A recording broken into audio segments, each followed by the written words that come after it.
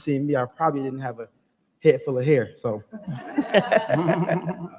really good to see everyone this morning. And last night, when I was thinking about this panel, I thought about developing slides, but I thought it may take, some of the genuine or authentic message away. So I just jotted down some notes because I wanted to be more authentic. Or you can take that, or you can take, I just didn't want to make slides. Either one will work today. Either one works. So last year, and I'll be serious now. So last year, when I read the study myself, it really intrigued me. I'm a data person. My entire team is actually. We really use data to drive key results and KPIs within our organization. And I'm thinking, hey, the automotive industry a lot of our programs started back in the 60s due to at the time, the racial tension in Michigan. And we have, we would say we are sort of best in class in supply diversity.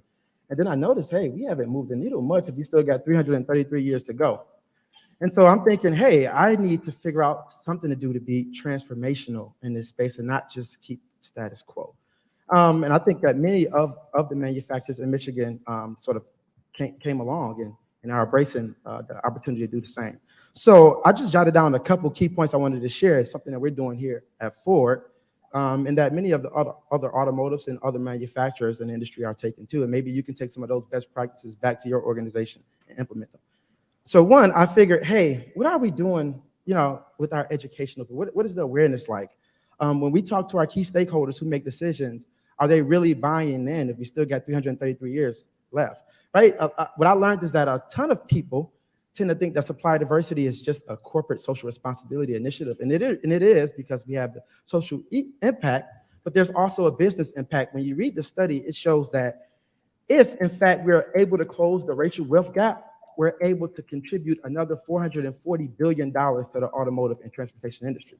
Right? Travis can, whether I've got $100,000 household income or $2 million income, I only need 2 cars. Right?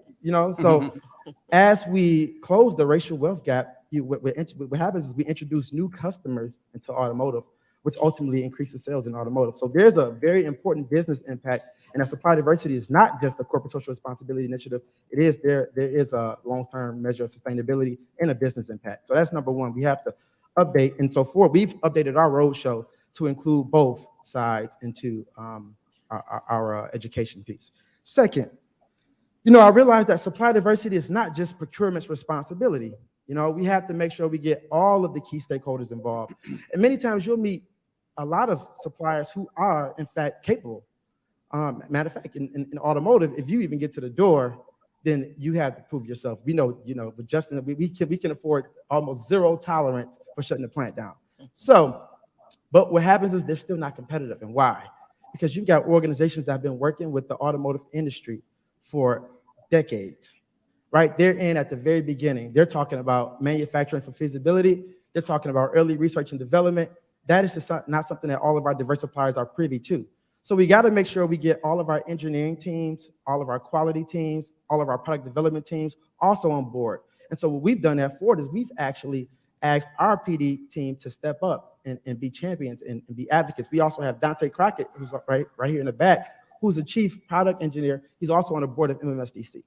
We wanted to bring in a different perspective and allow others to champion it too. And that goes across the board. That's not just with product development and quality, but in all aspects of the company. So that's number 2. Number 3, I decided to say, hey, I'm also the president of AIG. How about we collaborate in this space? I'm sorry, the AIG is the Automotive Industry Group, okay? Thank you, Michelle. We need to collaborate more. Where we are traditional competitors, there's ways we can collaborate in which we're not sharing intellectual property or confidential or secret information, right? What I mean by that is when a supplier tries to do business with Ford and GM, Honda, et cetera, they have to go through a separate registration process, different questions. It makes it very difficult for them to have to come to a conference, interact, put their best pitch together, and then go and register in all of their portals, asking all different types of questions. It just makes it very difficult, and there's barriers they have to jump through. So we have to streamline our processes. That goes for reporting and also with interacting with suppliers to make sure we make it easier for suppliers. In addition to that, we have to be able to share our high-performing diverse suppliers, right? Many times, some of our suppliers go down because when the company does bad, they're solely reliant on one customer. and we have to make sure we spread their book, their book of business across the industry to ensure that they can survive the times like the last 2 years and still be viable suppliers at the end of the pandemic. If we're talking about the last 2 years, so that was one thing.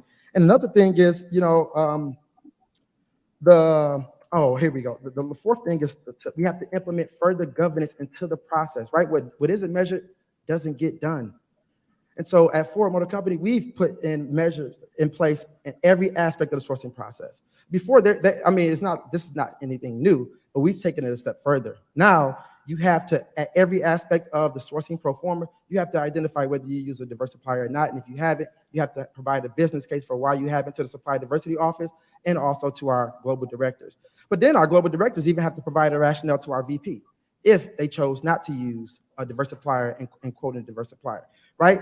Furthermore, objectives are built into our global directors' objectives to state, hey, you need to do something in DEI, and you're measured against that, which ultimately affects your compensation and your bonuses, right? And then if you even look at our global terms and conditions, when we interact on a tier 1 and tier 2 level, we've put in governance and language into our global terms and conditions to say, hey, tier 1 suppliers, we magnify our impact by also relying on you, and we expect you to do the same.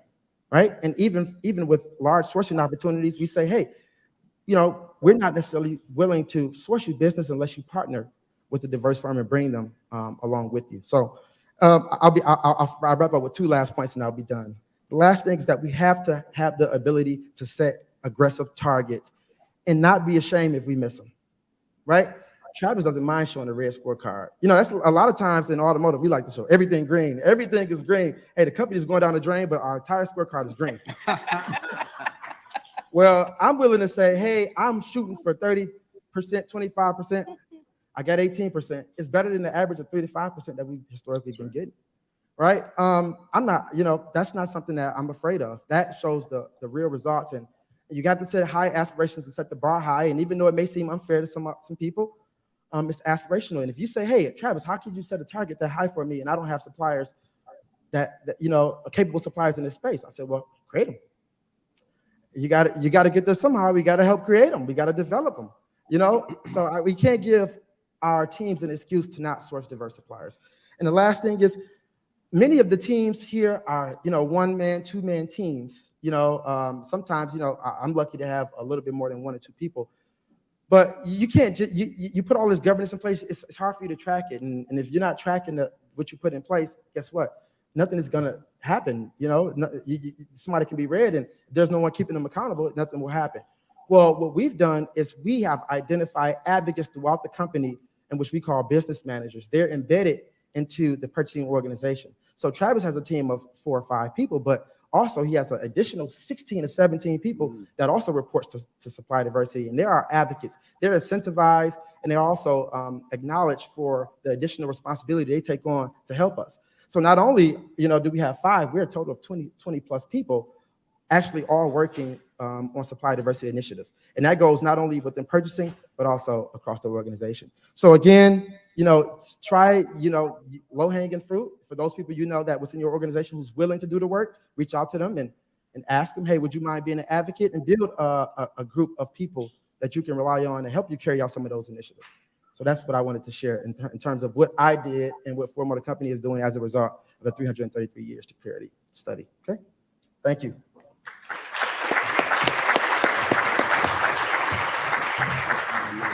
Huge thanks to Travis. He is one of the people that literally took that study to heart. And I don't know that anyone can look at it and say it will take, 333 years. Literally, my great-grandchildren's great-grandchildren's great-grandchildren would finally reap the benefits of the work that we're doing. So I don't know anyone that isn't moved by the study, but we need to move to action. And that's why I wanted you to hear from Travis today, because even the way they select their golfers for our golf tournament has changed because of the 333-year study.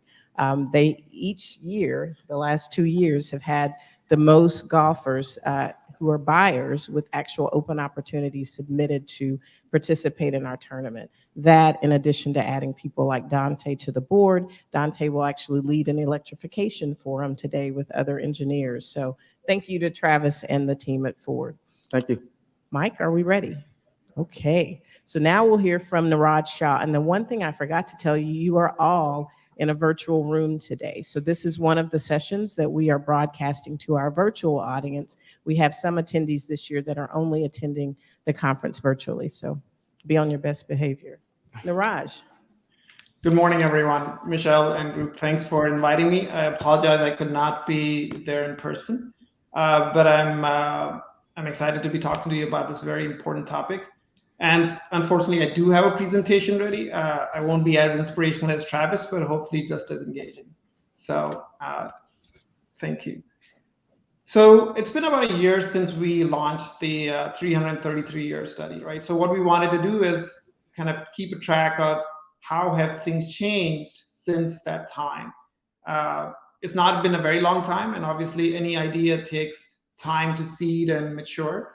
And the same has been with this idea, but we have kind of, the success we have had with it, it's been very heartwarming and very positive, right? In many ways. One is the fact that people are actually paying attention to the study. I'm sure many studies go out and they don't go noticed, but the work of Michelle, her inspiration, and kind of even suggesting that we do something like this, and the work that she's put in to kind of make sure this is well distributed and well read and acted upon has been critical, right? So based on that, we've seen a bunch of positive things, and I'd love to kind of share some of the findings that we've had since that 1 year. If we could share the slide.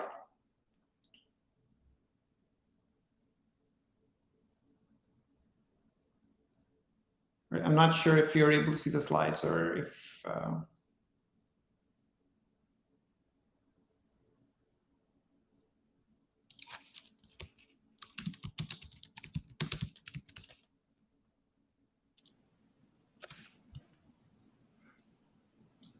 Perfect. Gentlemen, can you advance to the next one? Thank you. There we go. So we're going to do a quick recap of the study for people who may not. We're not going to go through the whole thing, but if you have not read the study, I highly recommend it. There's a document version of it and there's a PowerPoint version of it. I highly recommend kind of looking at both of them. If you could go back to the previous slide, I apologize. I don't know if they're auto-advancing. So one thing to keep in mind is the changing demographic of the US population. And this is repeated often, and I keep repeating it again and again because it is important to note how this will affect us. Right? Travis mentioned this, that it creates new customers, but realize it affects us in all phases. Right? We have new customers that will be created, but these will also be the future workforce. This will also be the future colleagues that you have. These are future people you'll be hiring and working with. Right? So one of the key things when we talk about economic improvement is not to say that I'm making improvements or helping some group just that's out there and it's some abstract group. This is a very important aspect because the people that we are trying to, the groups that we're trying to help build up are people who we'll be working and living with in a day-to-day life, in very short time. Next slide. Right. And the next one is to kind of highlight just how big the gap is, and it has persisted, right? So this is data over the past 30 years, and in those 30 years, you see that the gap has not only persisted, it's actually grown wider in many cases. And very often you'll see that during good times, it raises all the tides, but then when during the financial crisis, everybody got hit, but some groups recovered better than others, and unfortunately, many of the diverse groups didn't recover as well as needed, right? So next is on the, how do we count as bringing equity to the group? And for MBEs, we looked at a measure at that time. This was a year ago that said, let's figure out what's a good way of defining if we are spending enough with diverse businesses, because one of the key criteria was we're spending and with diverse businesses, but is it achieving our goal? And nobody had an answer to that, right? So we built up this measure called the Parity Ratio. And the basic concept of it was that, the amount of, if you could go previous slide, I apologize if this is, I think, auto-advancing. Thank you. If you look at the amount of money that we spend with each ethnic group, that should be roughly in proportion with how much of that group represents the U.S. population, right? So if Hispanics represent 18%, on an average of, we should be spending about 18% with Hispanic businesses. And we try to kind of come and say, well, if you use that measure, how far away are we from that goal, right?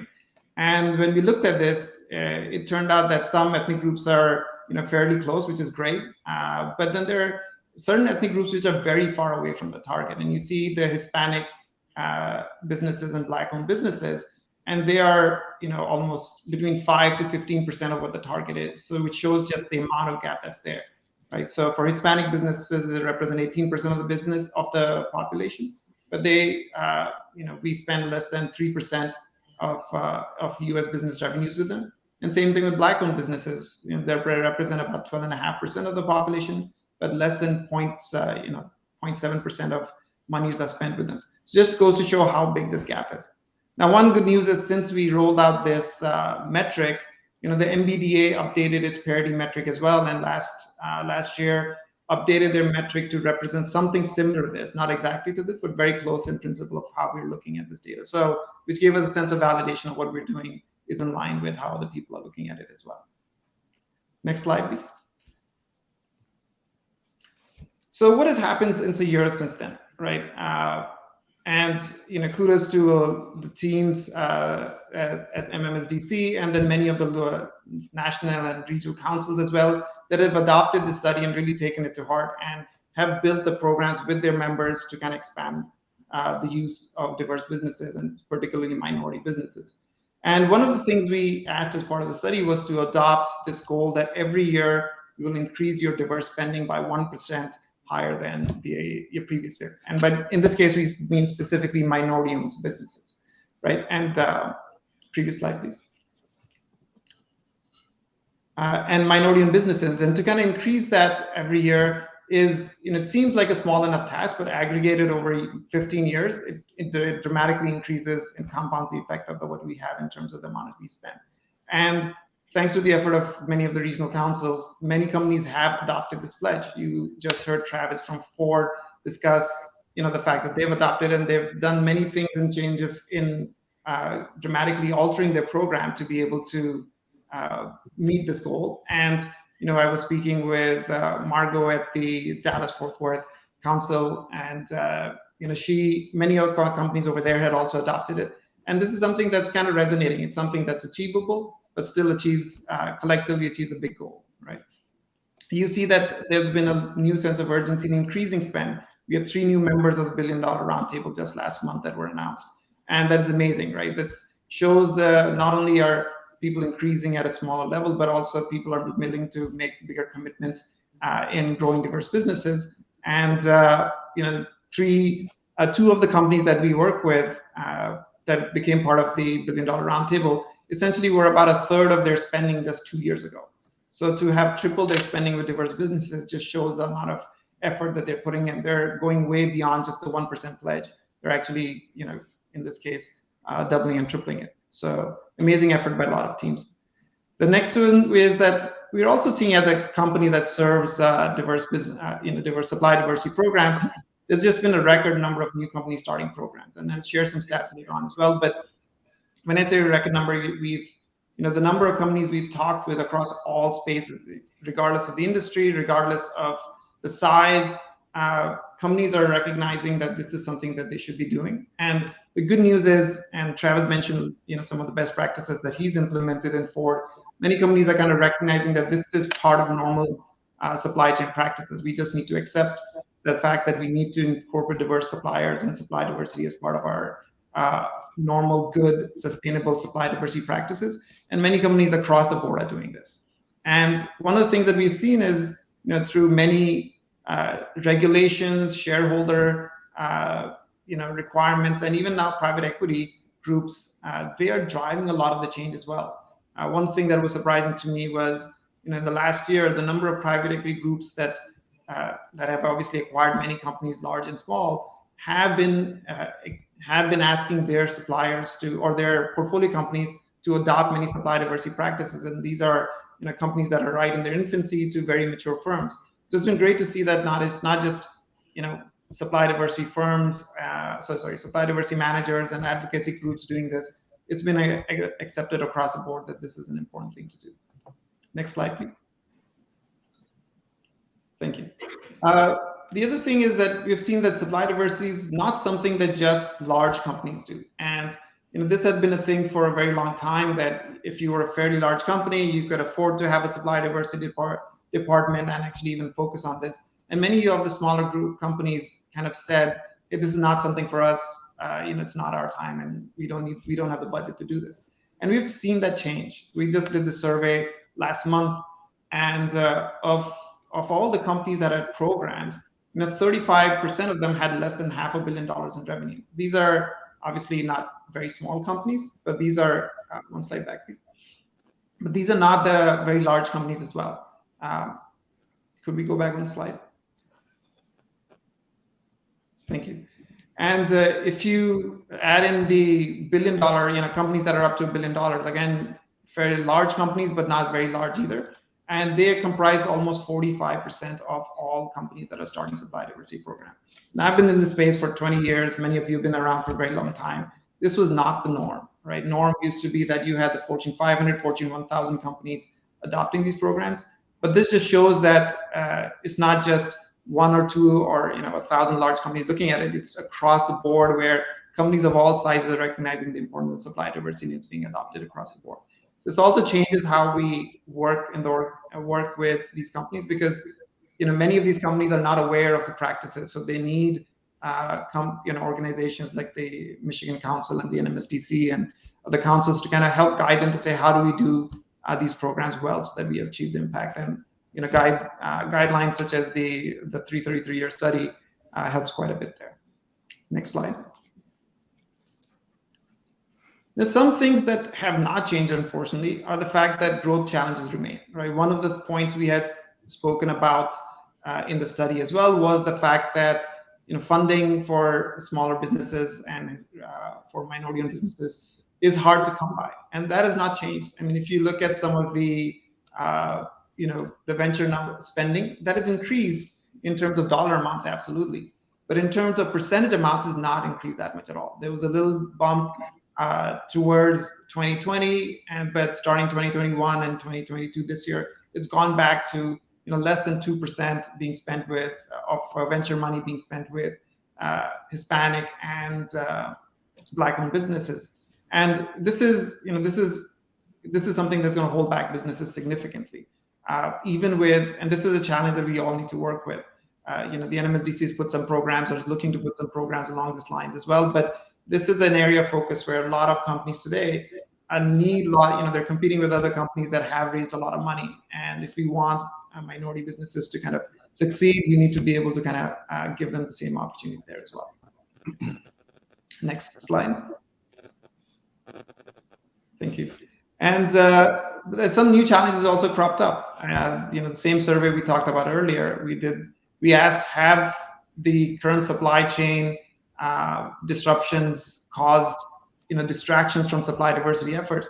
And almost 40% of the people said that they'd had.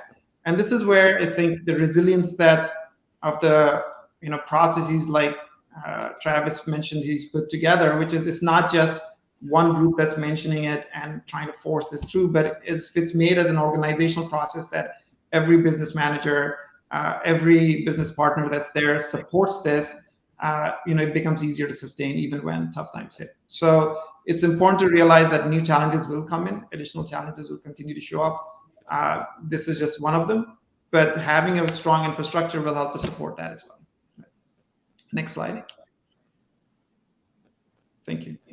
One of the other things we also did was over the first study we had done was national, right? So over the next few months, we started looking at much more regional impacts, because what we found was the national numbers kind of represent an overall story of where there is, but then each state actually has its own story.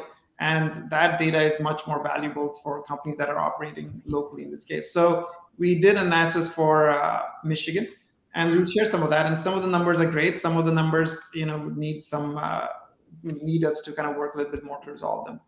One thing that I didn't put in here, which I should have, but The great thing about Michigan minority businesses is that they are on average larger than non-minority businesses, and both in terms of their average revenue and also in terms of the average number of employees they have, which is great. This was something that we had not seen in any state. So, given the types of businesses we have in Michigan and the support that we're giving them, that's awesome. That's something that's not been replicated.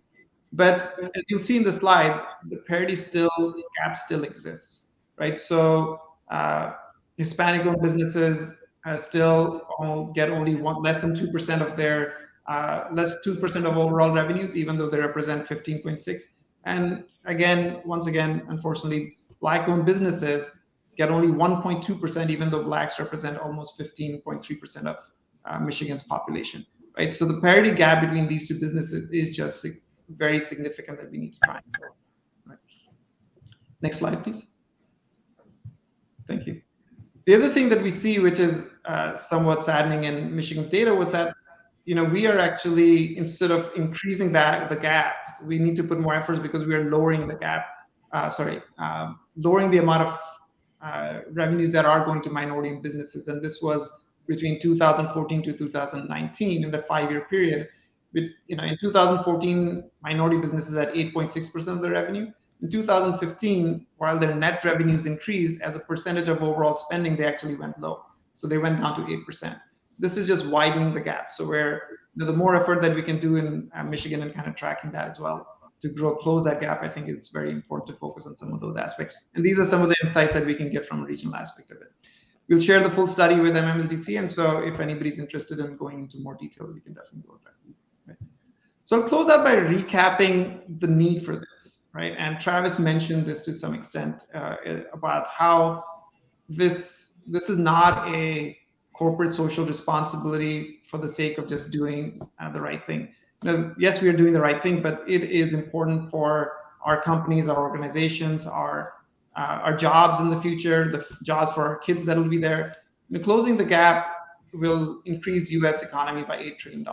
That adds 9 million more jobs. 9 million is, if you imagine out of the pandemic, it took us a long time to close that gap for just 9 million jobs, right? So this is something that is important because not only will it help us close the gap, but it'll also help create future opportunities, future growth for our companies and our jobs as well. And again, at the size, I like to remind people, 8 trillion is second only to US and China. That's how much we would add to the US economy, right? It's larger than any other country other than US and China. Just shows the gap of just fixing which should have never existed to begin with, can make a big difference. So I'll close out with this last slide, which is, as you leave this conference today, and are you willing to commit to the 1% pledge to say, well, do I know what I need to do to increase my company's minority spending by 1% next year? As Travis mentioned, be bold. If you achieve it, strive for more than 1%. If you achieve it, great. If not, that's fine. It's better to try for harder goals and come up with a red scorecard than try to get the bare minimum and just come up with the green. So thank you very much. I appreciate the opportunity to chat with everybody. And looking forward to seeing the rest of the show.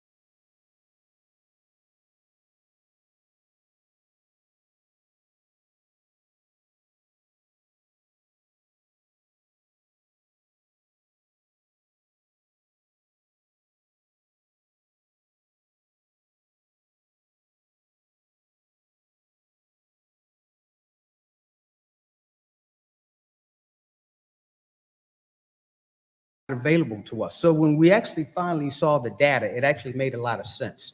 And we're very appreciative because okay, now we have focus on what we're looking for. So when we start reading through and saw revenue parity, what I was excited about is the fact that we knew it wasn't a zero-sum game, so that when you take it from someone, you're not taking it from someone, you're adding, you're building, again, additional GDP for our country. $8 trillion, 9 million jobs. That's what made this thing very, very exciting to us. So what did we do?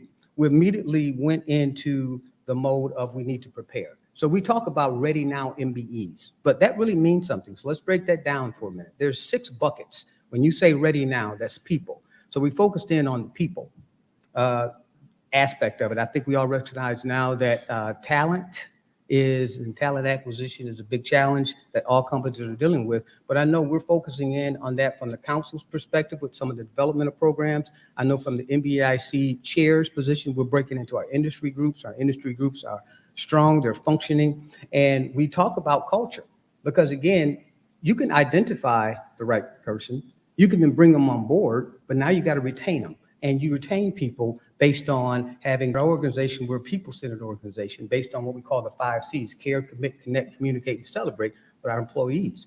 And those are the types of things that we talk about when we're in our industry groups. Hey, what are you doing to build and retain the right culture for your people? The second thing that we do is we focus on the process that the people work within. And then we work on the financial aspects of our businesses, make sure that we have solid financial practices. We have strong balance sheets, so when these opportunities make themselves available to us, we're able then to take advantage of it. We're also focusing on our technology so that we can innovate and that we can continue to stay on top of our customers' ever-changing demands and value propositions. And we're also focusing on the relationship between our customers and our vendors, because you realize right now in this market of everyone is looking to reduce their risk, and that risk is actually being pushed down the supply chain. Having a good relationship with your customers and also with your vendors is very important. And then the last bucket that we look at in terms of our preparation is making sure that even though we're meeting all of our customers' requirement and that we're focusing on people, process, finance, technology, our customers, our vendors, we're also striving to be good corporate citizens in the communities in which we do business with.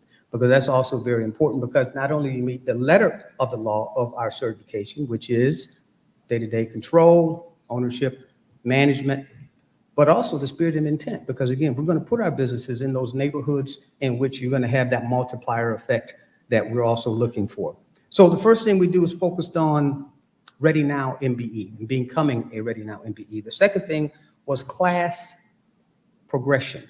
So right now, those MBEs that you raised your hands that you guys all saw, that was a mixture between a level or class 1 and class 4. So we're focused on that class progression, that a level 1 can become a level 2, a class 2 can become level 3. That focuses on a couple of different things. The first is capacity. You have to increase the capacity of our business. We also have to have access to capital, but not just capital. I think you saw the reports. There's a lot of capital out there, but it's not actionable to our individual businesses. But when you add capacity plus actionable capital, you will get scale. And when you get scale, you have that sustainability that you need for having and maintaining businesses so that we're ready for that 1% year-over-year growth. The last thing is to focus in on MBE to MBE spend. Michelle pointed out very aptly that, we understand the pledge that corporations are making. We understand what the data suggests. But for us, we understand that MBE to MBE spend is more than just a pledge to us. It's something that 1% it won't do. We can do 5%. And we need to do 5% because it's important. Because first of all, what MBE to MBE spend does, it actually obviously drives growth between our businesses. But the second thing it does, it creates relationships because you still do business with people you like, and that you trust. Second thing that it does, it creates synergy because iron sharpens iron. For those of you that are running businesses, it's tough out here and you constantly need a support system that we can come together and support each other. So in closing, there's 3 things. First of all, I want to just give appreciation to Michelle for leading this study and commissioning this study. The data is wonderful. And thank you for the corporations that are agreeing to abide by the recommendations that are here. Second, just know that MBEs, we're going to be ready. We're going to be ready to answer the challenge, and we're going to do it. And we're going to pledge not just 1%, we're going to pledge 5%. So when you guys see this button sitting here right now, I see a lot of my MBEs. Make sure you get your button so we can represent well. It says committed to 5% spend between MBE to MBE. So thank you guys so much. I appreciate the time and look forward to the rest of the program.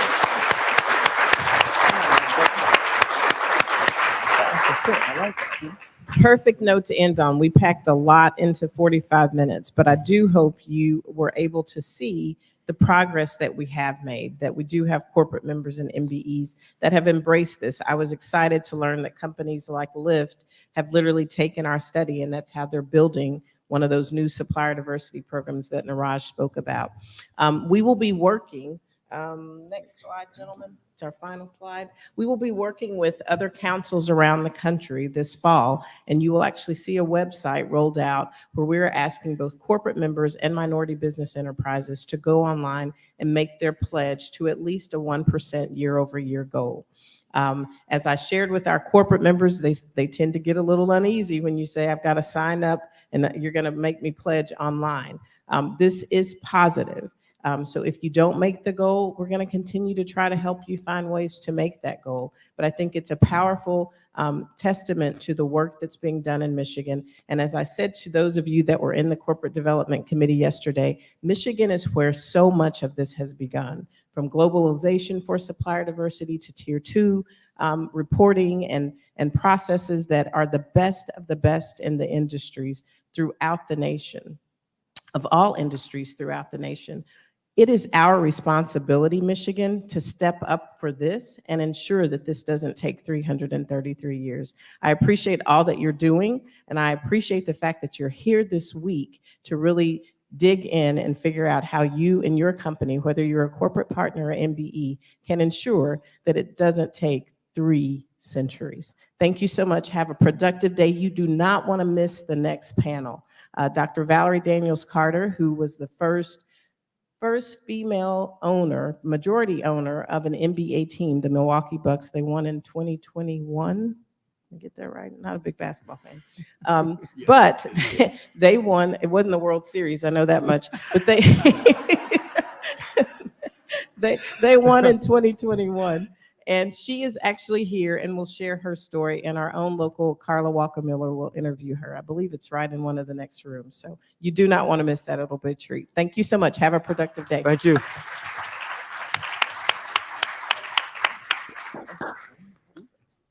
What is the NBA thing called? Not the World Series. That was a big NBA championship. Okay.